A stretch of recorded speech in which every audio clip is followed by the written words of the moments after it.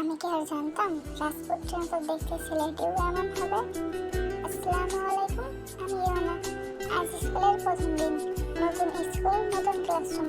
নিজেকে বারবার বোঝাচ্ছিলাম কোনো ভুল করো না।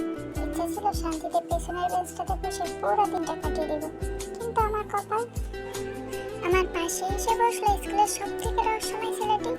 সবাই বলে স্কুলের প্রথম দিনটা নাকি খুব স্পেশাল হয়, কিন্তু আমার দিনটা ছিল একদম সাধারণ।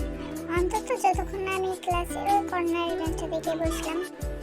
আমি সবেমাত্র ক্লাসরুমে ঢুকে ব্যাগ রেখে পেছনের বেঞ্চটাতে গিয়ে বসছি, ঠিক তখনই সে এলো।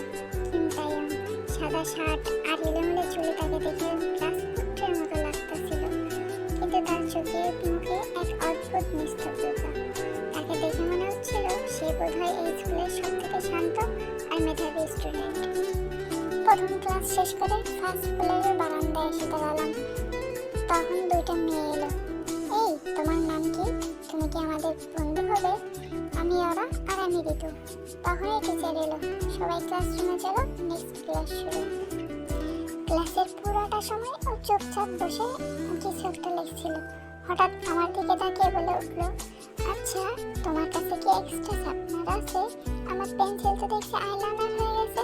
সেদিনই বুঝলাম আমার শান্ত লাইফের এখানেই সমাপ্তি। টিফিনের কিছুক্ষণ আগে ক্লাস রুটিন লেখার সময় হঠাৎ আমার দিকে ঘুরে করুণ সুরে বলল, আচ্ছা, তুমি কি জানো আজকে লাঞ্চে কি বিরিয়ানি দেবে? আমি কাল রাত থেকে শুধু সেটাই স্বপ্ন দেখছি। বিরিয়ানি আমার অনেক পছন্দের একটি খাবার।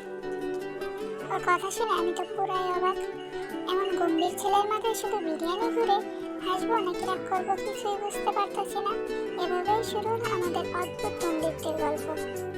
এরপর কি হলো জানতে চাইলে কিমতায়াম আর ইওনার পরের গল্প জানতে চাইলে সাবস্ক্রাইব করো আর কমেন্টে বলো পার্ট 2।